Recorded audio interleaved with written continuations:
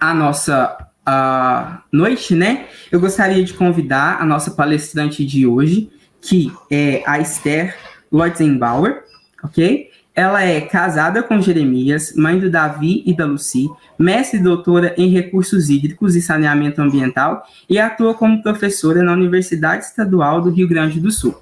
Boa noite, Esther. É um prazer ter você aqui conosco. Espero que a gente aprenda muito com você. E eu queria orar por você e orar pela nossa jornada antes da gente dar início, ok? Aí, assim que eu terminar, você pode subir os seus slides e a gente começa, tá bom? Feche seus olhos, vamos lá orar para a gente começar as nossas palestras. Senhor, muito obrigado por esse momento, obrigado por essa oportunidade de estarmos aqui, Deus, podendo ouvir um pouquinho daquilo que nós que somos cristãos, através do conhecimento que nós temos, o Senhor tem nos permitido construí-los. Em nome de Jesus, eu oro para que as nossas discussões sejam proveitosas, que nós possamos aprender muito aqui. Eu oro para que o Senhor abençoe a Esther, para que ela tenha clareza naquilo que ela vai falar, que também as pessoas que estão em casa entendam aquilo que vai ser falado, que nós possamos aprender bastante, Deus, porque aqui é o nosso intuito, para a glória do Senhor, aqui, para que nós também possamos aplicar aonde nós estivermos, Deus. Muito obrigado, Pai, por este momento, muito obrigado por essa iniciativa, por essa oportunidade. Que a graça do Senhor esteja sobre nós, que o Teu Espírito Santo esteja nos ajudando, Deus, e trazendo luz às nossas mentes e ao nosso entendimento, para que nós possamos, Deus, aprender mais uma vez nessa jornada. Amém. Glória a Deus. Amém. Esther, muito Amém. obrigado.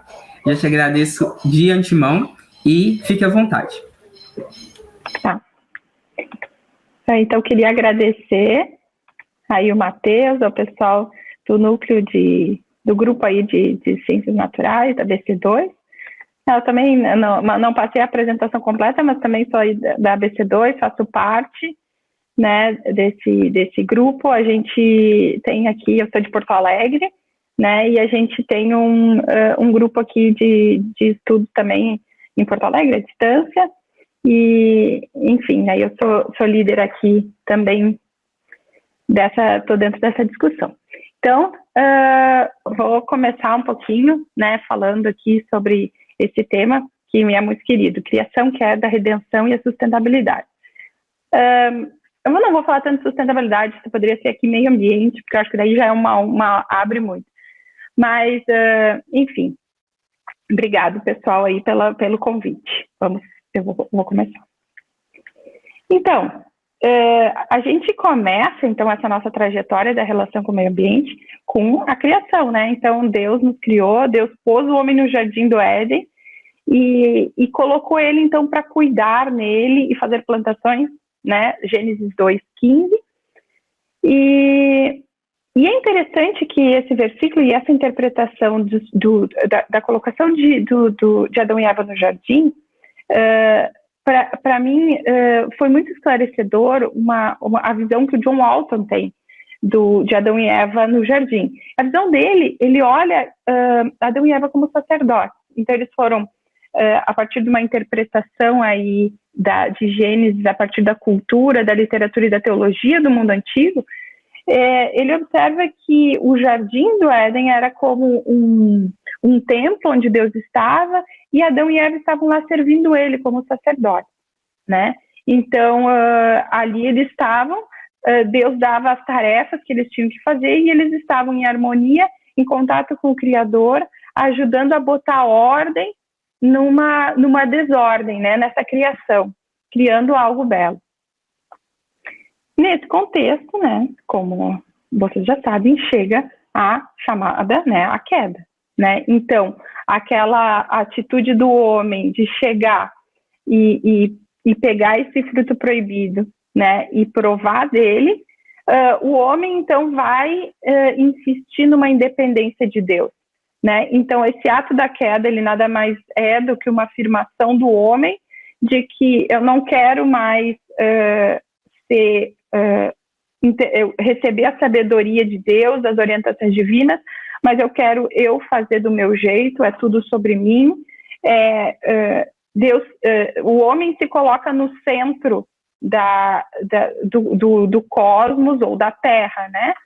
E o grande problema que a gente tem aqui, né, é que colocar as pessoas, o ser humano, no centro, né, da sabedoria, e o homem toma, então, né, se apropria, né, dessa sabedoria, ele, na verdade, vem a trazer desordem, né? Então, ele vem trazer desordem nesse mundo que estava sendo ordenado por Deus, né? E que ele estava sendo aí um coautor dessa ordem e, enfim. Então, pela própria definição aqui do John Walton, a queda ela é definida pelo fato de que Adão e Eva adquirem sabedoria ilegitimamente, tentando assim tomar o papel de Deus para si mesmo, em lugar de se juntar a ele. Na medida que aprendesse sabedoria, tornando-se de forma plena vice-regentes funcionais de Deus, envolvidos em trazer ordem. Então, o processo de criação era de trazer ordem, de transformar, né, o mundo de um jeito desordenado num processo cada vez mais ordenado.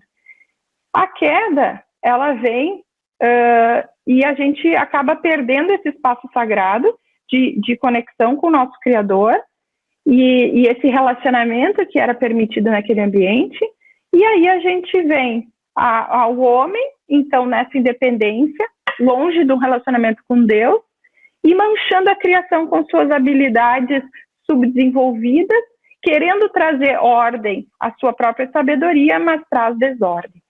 Então, é o que a gente vê, o homem no centro, né? O seu ego sendo colocado à frente de tudo, né? O individualismo, o egocentrismo, sem olhar para a natureza ou para o próximo de uma maneira correta, né? E aí, qual é a consequência, então, dessa queda, né? Como ficou o nosso jardim? Então, eu vou agora falar um pouquinho sobre como ficou esse jardim, dando um exemplo de como está o nosso jardim hoje, né? O nosso jardim aqui, especialmente brasileiro, aplicar um pouquinho desse contexto e depois a gente volta, né, na parte mais teológica para falar da redenção. Então, o Brasil, tá? Nós temos uma situação bem complexa aqui, né, de carência de serviços de saneamento, né? Em torno de 52% da população não tem coleta de esgotos, né? E essa proporção, ela é dispar ao longo do país, né? Então, a gente tem mais acesso no sul, sudeste, menos acesso no norte e nordeste. Então, a gente vai ter situações como essa, esgoto a céu aberto, né? Crianças, pelo menos 13 milhões de crianças sem acesso ao saneamento básico, né? Desigual isso ao longo do país. E essa questão toda vai trazer transmissão de doenças como cólera, diarreia, disenteria, hepatite e agravar principalmente o desenvolvimento das crianças. Essa questão ela tem solução, né? E se estima, a OMS já estima que um gasto com saneamento já economiza 5,5 reais em saúde, né? Cada real gasto. Nós temos problemas com resíduos sólidos, né? Onde a gente tem o lançamento de todo o lixo que a gente gera na nossa casa indo para lixões, por exemplo. Aqui eu coloco uma foto, um lixão nada mais é do que uma disposição sem nenhum tipo de controle. Então, tu lança o teu resíduo, né? As sacolas plásticas que saem da nossa casa vão para um terreno, sem nenhum tipo de controle. E quase 28% dos municípios têm esse tipo de destino do seu material. A gente tem também os aterros sanitários, que são poderia ser uma espécie de lixão controlado, onde a gente cava buracos e ele é revestido por uma manta que vai impedir de os líquidos que saem desse lixo com alta concentração de metais pesados e outros contaminantes infiltrem no solo e acabem impactando a água, né? Então ele faz esse isolamento e depois até pode ser usado, por exemplo, drenado biogás para uso, né, para geração de energia, enfim. Então é um meio, é muito melhor que o lixão, mas ainda tem seus problemas, né? E quais seriam esses, né? Ele é caro, por exemplo, a minha cidade, aqui onde eu moro, Porto Alegre, ela paga 3 milhões por mês para enterrar o lixo produzido a 100 quilômetros de distância, na cidade de Minas do Leão. Então, é um custo alto, né, de transporte e deposição lá. Só que nem todos os municípios têm isso. Da mesma forma, o Sul e o Sudeste está mais concentrado, né? Tem coleta e destino para o lixo. No Norte e Nordeste não tem esse destino. E aí o que acontece? Né? Se não tem esse destino, vamos ter disposição inadequada, né? Então a gente vai ter aquela coisa, paisagem feia, doenças sendo transmitidas, ratos e outros animais que causam doenças se proliferando nesse contexto, né? Aqui eu coloco uma foto que até não é no Brasil, mas eu achei interessante a gente destacar, porque as roupas também são um problema, que é gerado em grande quantidade. Então, a produção e o consumo de roupas tem aumentado muito mais intensa do que a população tem crescido, né? Então, aí, na última década, dobrou, e essas roupas depois acabam não tendo destino adequado, né? Roupas de má qualidade, roupas que se gastam, e não se decompõem, tem uma série de compostos químicos associados que vão impactar o solo, e, enfim. Outros exemplos aqui, eu coloco, né, não falei no início para vocês, mas a minha formação inicial é sonografia, então eu sou sonógrafa, e eu me especializei nessa parte de recursos hídricos, mas a minha área inicial sempre foi água, e acaba atuando, né, em pesquisas nessa interação entre a zona costeira e os recursos hídricos, e esse tema do lixo do mar também acaba sendo bem relevante na minha vida, e a gente tem até lá na universidade alguns projetos de extensão relacionado com esse impacto, que é muito sério, né, tem crescido muito essa questão do lixo no mar, porque grande parte do lixo, principalmente o plástico, que não demora aí 400 anos ou mais para se decompor, né, a gente até dá o exemplo, né, a primeira escova de dente que os nossos avós usaram de plástico, ela continua por aí, ela não se decompôs, e ela pode estar aí em alguma praia, né, formando essa paisagem aqui. Além disso, a gente tem um impacto para os animais marinhos, né, que acabam ficando presos e nessas redes, aqui no caso de uma rede de pesca, mas podem também ficar presos com invólucros de latinhas, de tampinhas de garrafa. Muitos animais se alimentam desse plástico, achando que é comida. No caso, né, de algumas espécies de tartaruga marinha, elas confundem as sacolas plásticas com água vivas, acabam comendo e muitas morrem de inanição, como essa ave, que acaba tendo o estômago cheio de plástico, não consegue metabolizar, não consegue digerir, e ela simplesmente morre por inanição, porque não consegue se alimentar. Então, essa é uma problemática que acaba tendo aí no nosso jardim, né? Não teria como não falar do desmatamento da Amazônia, né? Eu vou passar mais rápido, esse tema tem sido falado por a mídia, não deixa de esquecer, né, que o desmatamento da Amazônia tem crescido muito nos últimos anos. A exploração ilegal da madeira, né? Então, é uma coisa que eu me questiono, porque grande parte da madeira, ela é retirada de maneira ilegal da Amazônia, e muitas vezes uma licença que tem para uma tora, por exemplo, né, essa licença ela é utilizada para 50 outras toras, né? Então, o licenciamento, e tu dizer assim, eu vou comprar alguma madeira para fazer alguma coisa na minha casa e querer ter essa certificação já é complexo, porque até da certificação a gente fica com dúvida, né? Porque não tem como rastrear que a certidão ela é autêntica, né? Autêntica ela é, só que ela é utilizada várias vezes para outras madeiras, né? Para diversas madeiras. Então, se estima que pelo menos 50% é legal e o resto dos 40% é isso, são fraudes nos documentos, né? Então, a gente tem madeira utilizada ilegal, desmatando a Amazônia para criar rebanho de gado, mineração ilegal, né?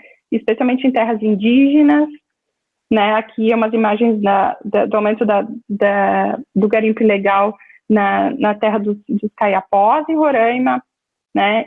E, enfim, o grande problema da questão do garimpo ilegal é a contaminação por mercúrio. Então, grande parte dos garimpos é para ouro, e o ouro utiliza mercúrio para fazer a extração, a separação dele dos outros minérios.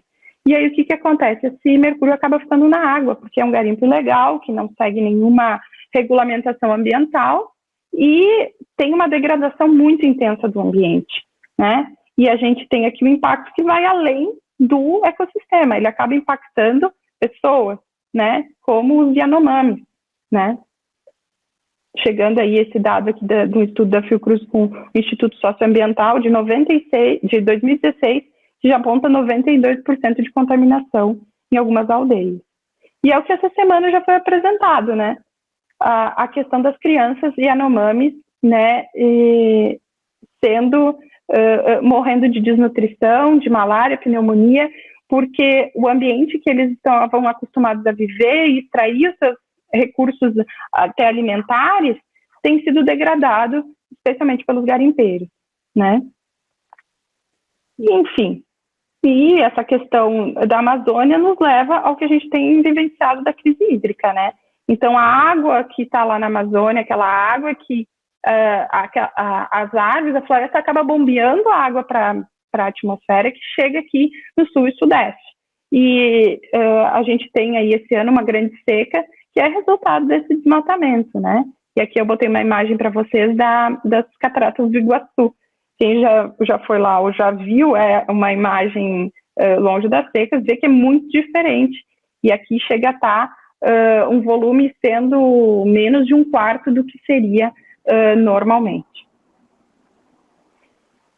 E por fim, né, para a gente depois começar a falar de coisas boas, eu vou falar da perda de habitats, que é um outro contexto, né? Quando a gente destrói um ambiente, a gente destrói a biodiversidade, a gente destrói os serviços que aquele ambiente poderia estar oferecendo para nós, né, que são serviços ecossistêmicos, né, e transforma completamente a paisagem. Aqui é um exemplo de um bioma que não é tão falado quanto a Amazônia, que é o Cerrado, mas que também tem sido destruído para a plantação de monocultura, né? Mas eu vou dar um enfoque, então, esse caso acontece no Cerrado, mas eu vou dar um enfoque num bioma que também não, que é talvez menos falado que o Cerrado, que é um bioma aqui do nosso Rio Grande do Sul, que é o Pampa Gaúcho. Ele se estende aqui, ele está presente só no Rio Grande do Sul, mas na parte sul, e também na Argentina e no Uruguai. E ele é um ambiente tipicamente de campo, né? Ele é uma vegetação mais rasteira, né? Tem alguns corpos hídricos, algumas árvores mais isoladas no entorno de alguns rios, né? E ele vem sofrendo intensamente pelas transformações aqui no nosso estado, né? Se estima que ela é a menor cobertura de vegetação nativa, né? Que a gente já teve. Hoje em dia a gente tem mais plantação do que tem de área natural, pela primeira vez na história, né? E a gente tem um grande problema, porque no Rio Grande do Sul ele está sendo extinto, né? Esse bioma é para plantação de trigo, não, de milho e soja, e para plantação de eucalipto. Então, assim, grande parte desse bioma que é campo, está virando uma floresta, né? Claro, uma monocultura não é uma floresta, né? É uma monocultura de árvores. E é bem interessante, porque a problemática do bioma Pampa é, por ele não ser um bioma florestal, essas áreas de cultivo, né, essas áreas de agropecuária, elas não precisam reservar uma parte para a gente chama de reserva legal, que é uma área que tu tem que manter. Por exemplo, se tu tem uma grande área lá na Amazônia, uma parte da floresta tu tem que deixar como reserva legal, uma parte tu usa para plantio e uma parte tu deseja para reserva legal, que é para preservação ambiental. O Pampa não tem isso, né? E foi modificado o Código Estadual de Meio Ambiente e retirou essa parte para ele não ser um ambiente florestal. Então, isso até intensificou ainda mais a degradação desse ambiente, né? E ele tem pelo menos 3.000 espécies de plantas e quase 100 mamíferos, né? E muitas espécies de água doce ameaçadas de extinção. Então, nesse contexto de total, né, de grande destruição e de um constante impacto que a gente não vê melhora, né, a gente vê, como resultado da queda, a gente tem a redenção como a saída, como a solução para esse problema. Então, a redenção, através da figura de Jesus, como vindo para resgatar essa comunhão com Deus e resgatar aquele papel onde a gente tira o homem do centro, coloca Deus, e aí Deus está orientando o homem para cumprir esse papel de ordenar a criação, a gente tem Schaeffer já falava no livro, né, A Poluição e a Morte do Homem, que o papel da igreja é, então, ser um projeto piloto dessa restauração, tanto da restauração entre o homem em si mesmo, o homem com outro homem e o homem com a natureza. Então, nesse contexto, a gente tem que mostrar, né, como a gente pode ser a diferença. Porque o homem sem Deus, o homem centrado nele mesmo, ele mata a natureza, ele mata uns aos outros e ele mata a si mesmo. E é interessante que eu, refletindo nesse contexto, eu cheguei à conclusão que uma coisa vem antes de a gente se preocupar como cristão e essa relação com a redenção. Jesus chega em primeiro lugar para restaurar a nossa relação com nós mesmos. Então, uma vez a gente restaurado com Deus, a gente se restaura a nós mesmos. E para mim, essa é uma chave essencial, porque a gente vive num mundo onde a cultura e a existência mundana, ela propõe que a gente tem que ser coisas que a gente não é, e a gente tem que ser todo mundo igual, né? E nesse contexto, vem uma frase que eu queria ler para vocês, do Brennan Manning, que é o escritor, ele era, né, um escritor católico, autor do livro, o mais conhecido dele é o Evangelho Maltrapilho, e ele bate muito nessa questão do papel que só em Deus o homem pode se encontrar como ele é, e ele não precisa ter medo nem receio de ser diferente, ele perde o ódio próprio, né, de a gente sempre olhar para nós mesmos como, eu devia ser diferente, eu faço tudo errado, e ele olha assim, não, Deus te fez do jeito que tu é, e não do jeito que você deveria ser. E nesse contexto, a relação com Deus, ela faz com que a gente tenha, né, um rosto próprio, e dá coragem para a gente ser, né, para ser eu mesma, para a gente ser nós mesmas, e nos protege de ser como os demais. E incita aquela imagem de Cristo viva, vibrante, magnífica dentro de mim, esperando apenas ser descortinado e manifesto. Então, para mim, essa é a chave até do olhar para o meio ambiente, porque eu preciso primeiro ter resolvido isso comigo. A chave, talvez, do consumismo que tem levado a gente, e a ganância, todos esses fatores, tem a ver um pouco de ódio próprio, aquela questão de querer ser o que não é, de querer ter o que não tem, e em Cristo a gente resolve isso para poder olhar para o mundo e olhar para a criação do jeito que ela deve ser olhada, né?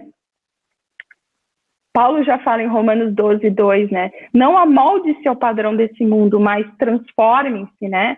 Se a gente fosse pegar lá do grego, deixem-se transformar pela renovação da sua mente, para que sejam capazes de experimentar e comprovar a boa, agradável e perfeita vontade de Deus. Então, a chave é essa, né? E aí, a partir daí, a gente consegue olhar para a natureza e admirar essa beleza, né? Eu botei aqui uma figurinha um pouco do meu jardim, do meu pátio. Eu gosto muito de cultivar plantas, né? E, enfim, árvores, e gosto do meu matinho particular aqui. E montei uma fotinho, como os passarinhos também vêm aqui cantar. E nesse contexto a gente consegue olhar para esse ambiente e ver que é tudo para a glória de Deus, né? E a glória de Deus, a criação é para a glória de Deus, e a nossa vida é para a glória de Deus, né? Pois dele, por ele, para ele são todas as coisas, e a ele seja a glória. né? E nesse contexto, o uso sustentável, né, essa sustentabilidade, ela vai manter a beleza e vai manter essa glorificação de Deus como um criador. Então, a gente pode fazer, né, um paralelo. Deus criou uma floresta tropical com toda essa diversidade, com não sei quantas mil espécies vegetais e animais, né, e ela também nos cria dessa maneira. Ela também cria cada um. E eu gosto desse paralelo de como Deus cria a humanidade como uma floresta tropical, onde cada um é diferente, cada um se completa para formar aquela beleza magnífica, né? E o homem, pelo contrário, ele já quer tudo igual, né? Tu tem que ser igual, todo mundo tem que ser igual, eu quero que o meu vizinho seja igual a mim e eu vou brigar e vai ter aquelas discussão nos grupos de WhatsApp porque eu quero que todo mundo seja igual, que todo mundo pense igual, né? E a gente e Deus nos criou para ser diverso, né? Então só em comunhão com Deus a gente consegue ter essa revelação para viver essa diversidade e não querer fazer tudo igual. Então essa questão humana, né? São duas coisas. Se a gente for entrar o ego do homem com relação à natureza, o amor ao dinheiro, né, sendo a raiz do mal, e uma falta de amor também ao próximo, né, quando a gente não olha os outros e olha só para nós mesmos. E nesse contexto todo, a gente não pode esquecer que Deus nos colocou um papel de ordem, né? Então, a relação com Deus resolvida, né, o relacionamento com Deus, a gente tem esse papel de manifestar a glória de Deus, né? Então, é o que Paulo fala, né? A criação também aguarda ansiosamente essa manifestação dos filhos de Deus, porque essa manifestação é que vai trazer ordem, né? Vai trazer ordem e ela está sofrendo com tudo isso, né? E só para não deixar na parte teórica e nas coisas ruins, eu vou falar um pouquinho, então, do que a gente pode fazer, né? Uma vez restaurados com Cristo e seguindo, deixando nós mesmos no centro e chamando Deus para ser o nosso cabeça, o nosso líder e não fazer mais a nossa vontade, eu acredito, por exemplo, o meu papel é falar sobre isso. Nem todo mundo vai ser da área ambiental, mas eu tenho o papel de falar para outros irmãos o que eles podem fazer para preservar o meio ambiente. E nesse contexto, então eu posso estar aqui, né, e acredito que um pouco do meu papel é esse, falar de soluções e como a gente pode melhorar todos esses problemas que eu já falei para vocês, né? Então, por exemplo, com relação ao saneamento. Saneamento é uma questão que já tem solução. Todo mundo sabe, é amplamente divulgado, a comunidade científica, os governos sabem. A solução são estações de tratamento de esgoto. Então, é interessante que a gente precisa falar sobre isso, né? A gente precisa falar porque né, na questão política, quando tem eleição, o candidato ali, né, que quer fazer uma reeleição, ele vai lá inaugurar grandes obras, uma ponte, uma estrada. E é interessante que você fala assim, saneamento não dá voto, porque o saneamento está embaixo da terra, e escondido ninguém vê. Só que a gente precisa falar, né? Ninguém vê, mas as pessoas podem conhecer, e elas podem saber, isso é importante, isso é bom, e aí, a partir daí, a gente valorizar quem investe em saneamento, né? Em coleta de esgotos, né? E a gente até tem melhorado, porque se a gente comparar 2019 com 1990, a gente teve uma eficiência também no acesso a banheiros, por exemplo. Em 1997, 7% das pessoas não tinham um banheiro em casa. E hoje a gente tem 2%. Ainda precisamos melhorar, mas já estamos num processo, né? Uma outra solução tem essa ONG chamada Biosaneamento, que é muito interessante. Ela tem um propósito de fazer unidades de tratamento de esgotos em locais, em periferias das grandes cidades brasileiras, utilizando a mão de obra local, com baixo custo, uma execução rápida, e permite gerar adubo e gerar também biogás, que pode ser utilizado para a casa produzir alimentos. Então, é uma ideia muito interessante e que já resolve né, dois problemas. O gás, que está caro, que muitas vezes as pessoas não têm acesso, e o tratamento do efluente. Com relação aos resíduos sólidos, né, a gente tem que fazer reciclagem. Né? A gente pode separar o nosso lixo e fazer o destino apropriado. Né? A gente tem a compostagem dos rejeitos orgânicos, né? Onde a gente pode estar transformando a grande parte do nosso lixo, que é resíduos, restos de alimento, cascas, frutas, e em adubo. Né? Então, até coloquei aqui um exemplo, que foi o que aconteceu numa comunidade em Florianópolis, que não tinha acesso, né, da prefeitura para coletar o lixo, né, e eles estavam proliferando uma série de doenças, teve um surto de leptospirose, ratos ali crescendo e tal. Eles, com uma iniciativa da própria comunidade, com o apoio de uma ONG, eles foram trazendo uma educação ambiental, explicando para eles como é que era a compostagem. Eles separaram o lixo e destinaram por uma composteira coletiva num terreno baldio que tinha próximo ali no próprio bairro, e eles geraram adubo, né, que até deu origem a uma horta numa escola ali na região.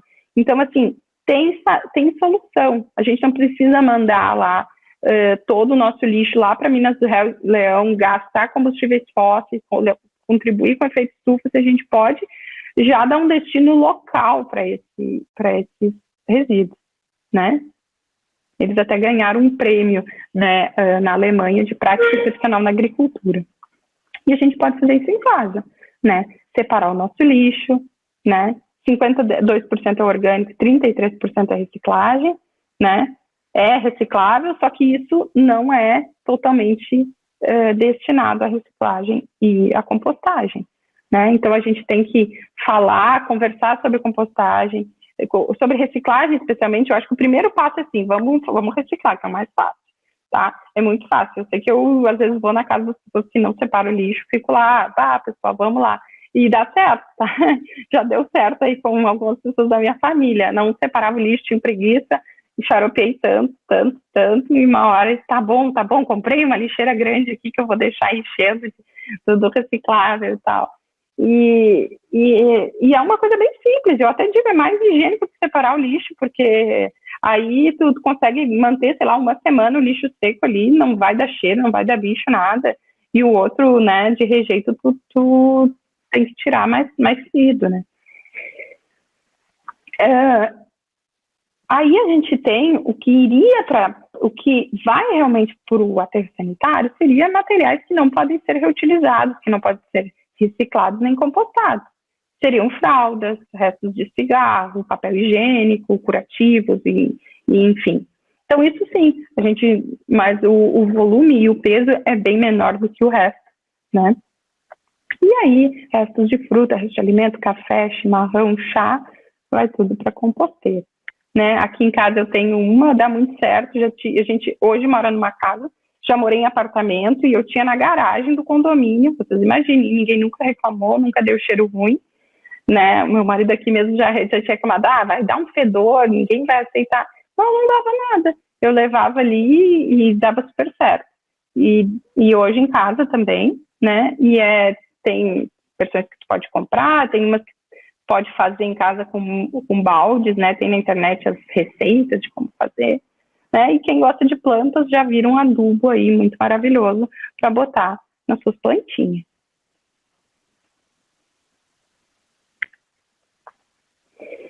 E, por fim, eu acho que a grande sacada nossa como indivíduos tem a ver com o consumo consciente. Todos esses impactos que a gente tem gerado na Terra têm a ver com o nosso consumo de tudo que a gente consome, desde alimento, roupas, móveis, enfim, smartphones, televisões, tudo que a gente consome é o que está gerando esse impacto. Então é importante, se a gente analisar o nosso consumo, o que a gente está consumindo, como, por quê, e aí sim a gente pode diminuir consideravelmente o nosso impacto, né? Como aquela questão, muitas vezes o marketing E o mundo nos propõe que a gente precisa ter, eu preciso ter o celular tal para mim ser feliz, ou para mim ser que nem, né, enfim, prega que tu tem que ter aquele celular, tu tem que ter aquela roupa, aquele tênis, aquilo. Só que é isso, Jesus nos liberta para ser eu mesmo, eu preciso ter isso, eu tenho que ter isso, a gente tem um pensamento crítico, tá? O deixar se transformar tem muito disso de eu pensar, me preocupar, eu tenho uma parte ativa nossa também. Deus vai agir no nosso coração, mas a gente também tem que dar um passo. E a gente também se questiona, por que eu preciso, né? E é um processo, né? Eu acho que é um processo, às vezes não é do dia para a noite, né? A gente tem muito isso, né? O ser humano de querer aquela coisa, né? É muito bom ter uma coisa nova, a gente se sente bem. Então, é uma coisa bem profunda, né? O marketing, o consumismo, eles chegaram porque eles estudaram muito o coração humano e utilizam todos esses artifícios que nos encantam para vender, né? Então, a gente, sabendo disso, a gente tem que reagir, né? Em saber assim, não, eu não vou deixar ser iludido. De alguma forma é isso. É aquela venda de que se tu tiver uma coisa nova, se tu comprar aquilo, tu vai ser feliz. Muita felicidade, a alegria da gente estar naquilo, né? Mas a questão do consumo consciente, ela envolve desde, por exemplo, alimentos, né, onde a gente tem um supermercado com uma série de produtos que são até caros, super industrializados, que não são saudáveis, que vêm de uma monocultura de milho e soja com açúcar, ou eu tenho a opção de buscar alimentos que foram produzidos por pessoas, por famílias, numa cooperativa, onde a vida deles é isso, tu está comprando direto do produtor, tu não está enriquecendo uma grande rede de supermercado ou um grande fazendeiro, mas tu está colaborando com pequenas famílias, né, que utilizam, eu botei aqui um exemplo de uma feirinha que eu vou aqui na nossa cidade, tem várias feirinhas ecológicas, onde os produtores vêm uma vez por semana vender seus produtos, são produtos que eles sazonais, eles colhem um dia antes e vêm vender, então eles são da estação, eles não vêm de longe, não tem um gasto de combustíveis fósseis para vir, sei lá do Tocantins, né, e tu está colaborando com o meio ambiente, porque tu não está contribuindo com a monocultura, tu está contribuindo para sistemas como esse aqui que eu coloco para vocês, que é o sistema agroflorestal, que é uma solução para um problema agrícola, para a questão agrícola, né? Eu não preciso ter uma monocultura, não foi vendido que eu preciso ter aquela monocultura de hectares e hectares de soja e milho para mim produzir alimento. Não, eu não preciso. A solução está em manter a biodiversidade, e o sistema agroflorestal é isso. Eu mantenho espécies nativas, junto eu ponho cultivos que vão gerar alimento, e essa diversidade eu adubo com o que tem ali, com os restos vegetais, com animais que estão ali colocando esterco, e eu não preciso de adubo, eu não preciso de agrotóxico. É uma questão incrível. Agora, se eu faço uma monocultura de milho, onde só tem milho, e está ali completamente isolada de outras formações florestais, o que acontece? É um desequilíbrio. Eu preciso de adubo, eu preciso de agrotóxico, é mais suscetível a pragas. E é muito interessante, eu estava até escutando uma palestra essa semana que fala que a produção, né, o censo agropecuário do IBGE mostrou que o cultivo de vegetais e frutas, ele caiu desde 1990, enquanto o que tem aumentado é a produção de milho e soja. E esse dado me chamou muita atenção, porque o que gera? A gente não precisa só de milho e soja. Milho e soja está sendo exportado, uma commodity, está alimentando animais. A gente precisa de mais frutas e verduras para ter uma alimentação equilibrada, para as pessoas serem mais saudáveis. Então, a gente precisa acertar essa engrenagem, né? Um outro ponto é a própria moda, né? A moda é uma indústria muito forte no nosso planeta, e a gente hoje em dia tem muito mais roupas do que o guarda-roupa de uma pessoa de classe média, mesmo no Brasil, ele é muito maior do que um rei tinha na Idade Média. Então, a gente já consome muita roupa, a indústria da moda é a que mais polui, ela tem uma série de compostos químicos associados, né? Tem a grande quantidade de água que é gasta, e tem que falar do resíduo, né? Daquela grande quantidade de tecidos. Então, é também uma questão de pensar, né? Daqui a pouco, priorizar roupas que durem mais, não ficar, né? Reutilizar, né? Especialmente com crianças, é bem fácil quando a gente tem filhos e sobrinhos, e trocar as roupas e reaproveitar, e realmente valorizar aqueles objetos, que são umas roupas, como algo que teve todo um processo, todo um gasto de recursos ambientais para ser produzido. Eu acho que a gente não pensa nisso, às vezes é uma coisa tão descartável, né? Mas envolveu muita energia e muito recurso para ser produzido. E, por fim, uma questão que aqui eu remeto à problemática aqui do nosso bioma, né? Do nosso bioma pampa, que está sendo destruído, especialmente pela plantação de eucalipto. E a plantação de eucalipto é para quê, né? É a polpa de celulose, para a produção de papel, papelão, papel toalha, papel de escrita. Então, é uma coisa que assim, eu brigo muito com as crianças aqui em casa, principalmente quando a gente sai, vai num restaurante, no shopping, gasta muito papel. Pensa, todo o papel que a gente gasta é biodegradável, não polui tanto quanto plástico, só que a gente está destruindo habitats, a gente consome demais esse papel. Então, assim, tudo a gente tem que pensar, né? Então, assim, papel vem do eucalipto, né? A gente está destruindo um bioma inteiro aqui, porque a gente precisa de mais papel. Então, quem sabe a gente diminui nosso consumo, ou pelo menos pensa, né? A utilização desse papel de uma maneira mais consciente, né? Também poderia estar falando aqui dos plásticos, né? Plásticos de uso único, diminuir, né? Andar com uma garrafinha retornável, encher ela com água, não ficar comprando garrafas descartáveis o tempo todo, plástico de uso único, né? Não só pelo meio ambiente, mas eles vão estar também nos intoxicando com as toxinas presentes ali naquele plástico que vão estar entrando dentro de nós, né? Enfim. Mas, considerando tudo isso que eu falei para vocês, eu gostaria de finalizar com um chamado para o amor, né? Assim, nós como cristãos, a gente tem que falar isso, a gente tem que trazer essa realidade, mas sempre com amor. É muito fácil eu estar julgando o outro que, comprou um carro novo, que está gastando muito combustível fóssil, que, está tomando água numa garrafa de plástico, tá? Dei exemplos bobos até, mas cada um tem seu processo, a gente não sabe o que passa na vida de cada um, e eu falo isso porque eu, olhando para mim, que já faço algumas coisas, eu vejo muita coisa errada, sabe? Quanto mais a gente se aprofunda, quanto mais a gente conhece, mais a gente vê que tem furo aí. Eu tô degradando muito o meio ambiente. Eu não consigo levar meus filhos numa escola meio longe, eu tenho que ir todo dia de carro. Eu não consigo ir de bicicleta, eu não consigo ir de uma outra alternativa, sabe? Então, daí tu fica ali, sabe? Por exemplo, né? Então, assim, existem uma série de coisas que eu não consegui ainda resolver, né? Ou ter uma alternativa mais sustentável. Mas cada um tem uma caminhada e a gente tem que estar junto.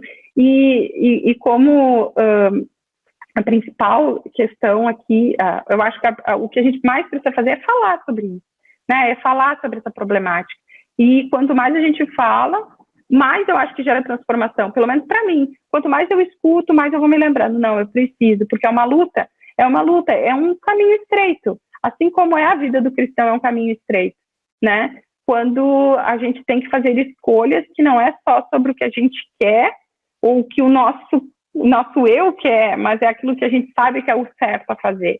Então, esse é o desafio, né? É uma caminhada, e não adianta a gente julgar o outro porque ele não está no mesmo nível de caminhada que a gente está, ele está um pouquinho mais atrás, né? Mas vamos estar ali com amor, falando e lembrando, porque a gente vai chegar lá, né? Como corpo, né? Então, obrigado a todos pela atenção. Fala que está aqui meu contato para vocês. Quem for de Porto Alegre aí, e quiser participar conosco, do Rio Grande do Sul, agora com a pandemia, como a gente tem encontros online, o nosso grupo de estudos da BC2 está incluindo uma série de pessoas de todo o Rio Grande do Sul, né? Então, vocês são bem-vindos aí, nosso grupo também de estudos, aprofundar essas e outras temáticas de interação entre fé e ciência. Então... Muito obrigado, Esther. Achei a palestra excelente, assim como a Pamela disse. O Thiago também comentou lá no chat do YouTube, que é um prazer poder ouvir, tá aí na tela também, uma bênção termos a oportunidade de ouvir uma palestra como essa. É uma coisa que a gente repensa bastante, né? Principalmente eu que estou no laboratório, eu sou químico, né? Eu estou no laboratório e a gente usa bastante água para fazer as nossas análises. Água já é menos contaminante, né?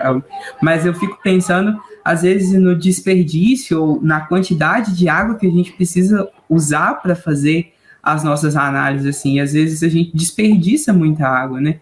Então é um movimento que eu tenho começado a fazer no meu laboratório de tentar diminuir a quantidade de água que a gente usa. A Gabriela tá falando aí, parabéns, Esther, foi maravilhoso e muito enriquecedor. Foi mesmo, foi muito claro. E agora a gente vai ter um momentinho para perguntas, ok?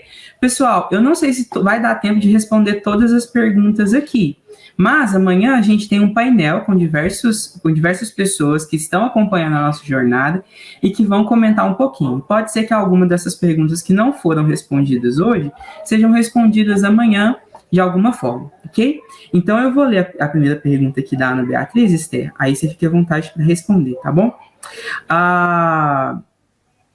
Como adereçar o problema do consumismo adentrar, né, acredito. O problema do consumismo dentro da comunidade cristã, que não necessariamente tem a consciência do problema, amplificando a questão para o cuidado com o ambiente. Então, Ana, sabe que essa questão, eu não sei como... o problema que tem na minha igreja, por exemplo, ela tem a ver muito com essa questão do consumismo, de muita gente que acaba se endividando, sabe? E a gente vê muito, assim, jovem que quer ter coisas que não tem condição, e eu acho que isso acaba entrando junto, porque o problema do consumismo, ele tem esse fator ambiental, mas ele tem também o fator de endividamento, onde a gente tem jovens, assim, enfim, sabe aquela coisa, a pessoa não tem dinheiro para comer e daqui a pouco quer comprar um iPhone, sei lá qual, né?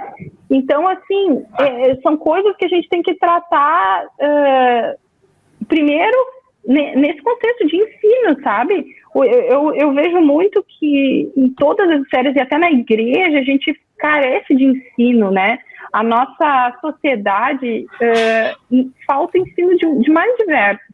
E eu acho que precisa ter isso. A gente precisa ter palestras, pessoas falando sobre isso e endereçar de uma maneira também ampla, né? De que a gente não precisa buscar isso, de que isso não é tudo, sabe? De que as pessoas têm que também ter uma consciência de, né, planejamento financeiro, e daí, para mim, caminha muito junto, sabe?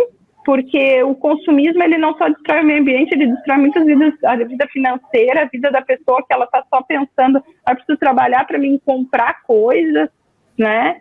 E a gente precisa quebrar com isso, sabe? Porque a nossa vida, mostrar que a vida não é só sobre coisas que a gente pode comprar, né? E até fazer um exercício, quando a gente vem nessa área ambiental, o pessoal fala muito assim, de a gente... faça um exercício de hoje, domingo, eu tô de folga, eu vou ter um lazer onde eu não vou gastar nada, eu vou caminhar num parque, vou levar minha garrafa de água, vou fazer um piquenique com umas coisas que eu vou levar de casa, e isso é interessante porque daí a gente começa a fazer um exercício e ver o que realmente importa, o que nos traz felicidade. Não é comprar uma coisa nova, mas é ter uma conversa com um amigo, é contemplar a natureza, estar em família. Isso que nos traz a real felicidade, um senso de pertencimento, né? Então, eu acho que está tudo isso muito junto, né? A gente teria que endereçar, eu endereçaria tudo junto. Sim, sim. A segunda pergunta, então, da Gabriela, Como encontrar oportunidade de falar sobre assuntos relacionados ao meio ambiente dentro das comunidades cristãs? Sabemos que é um grande desafio. Você tem dicas? E obrigado desde já. Esse problema é complexo, tá? Eu até entrei há muito, eu acho que a BC2 entra para uma das soluções desse problema, sabe? Porque a gente começa a trazer esses assuntos que parecem ser seculares para dentro da igreja. Essa foi uma das coisas que mais me atraiu para a BC2, sabe? Porque são coisas importantes e a visão, pelo menos que eu tinha antes, eu via é que na igreja só pode ser assunto de igreja, né? E eu acho que um dos jeitos é a gente começar, isso, palestras, conversas, de repente traz uma pessoa para um encontro da BC2, ela vai gostar, alguma pessoa chave, líder da igreja, daqui a pouco a gente pega e traz uma palestra parecida para fazer dentro da igreja, e aí vai indo, entende? Aí vai indo. Eu acho que a gente começa mostrando um lado bom, sabe? Olha essas palestras, é um jeito bom de começar. E o WhatsApp do grupo caseiro já manda, vai ter umas palestras legais da BC2 aqui falando sobre mudanças climáticas. E aí começa a interessar, o pessoal vai vindo, vai se interessando, e aí daqui a pouco a gente vai dando mais passos, né? É uma forma de mostrar que não é um assunto secular, na verdade, né? A gente devia ser os primeiros a falar sobre isso, né? Umas ideias assim, né? De falar, e olha só, a gente pode usar também... a gente já teve algumas ideias, não botou em prática aqui na igreja, mas, por exemplo, de cuidar de praças aqui na cidade como um meio de evangelismo mais ou menos, entende? Então, tipo assim, eu não vou ficar pregando ali para as pessoas, mas eu vou estar com uma camiseta da igreja, de repente as pessoas chegam ali e perguntam, quem vocês são? O que vocês estão fazendo aqui? Não, a gente está aqui, a gente está plantando umas árvores nessa praça, a gente está limpando o lixo, né? Então, é um jeito também de mostrar que a igreja está se importando com o ambiente, né? Acho que é criar a oportunidade de evangelismo, né? Porque você tá ali, a pessoa chega, você conversa com ela e daqui a pouco você tá fazendo uma coisa que é muito boa para a vizinhança e também tá falando sobre Jesus e falando do evangelho para as pessoas. Então, é criar realmente oportunidades para falar de meio ambiente e falar de Jesus, que os dois andam juntos, né? Acho que é isso. Acho que a gente tem tempo para mais uma pergunta. Pedro Augusto tá mandando aqui, ó. Quais livros, podcasts, artigos que vocês recomendam para aprofundar no tema? Então, no tema, eu recomendo que você entre lá no site da BC2, que tem uma série de artigos sobre o tema, tá? Tem a parte lá de meio ambiente, sobre queda, criação, essa parte, eu acho incrível aquele mundo perdido de Adão e Eva, muita coisa que fazia esse link perfeito, assim, sabe? Entre a criação, papel do homem e depois a queda e, né, consequências do homem como um trazedor da ordem novamente e, enfim, sobre meio ambiente e aí teria daí referência sobre meio ambiente, mas eu acho que começa lá pelo site da BC2, que eu acho que é o melhor meio. O blog de ecoteologia já tem bastante conteúdo, então você pode entrar lá e ter algumas referências iniciais e depois ir aprofundando mais a partir daquilo que já está lá, né? Principalmente juntamente com a fé cristã, que é aquilo que a gente crê. Acredito que a gente pode encerrar as perguntas por aqui. Se tiver mais alguma pergunta que a gente não respondeu, então a gente vai tentar, né, trazer amanhã.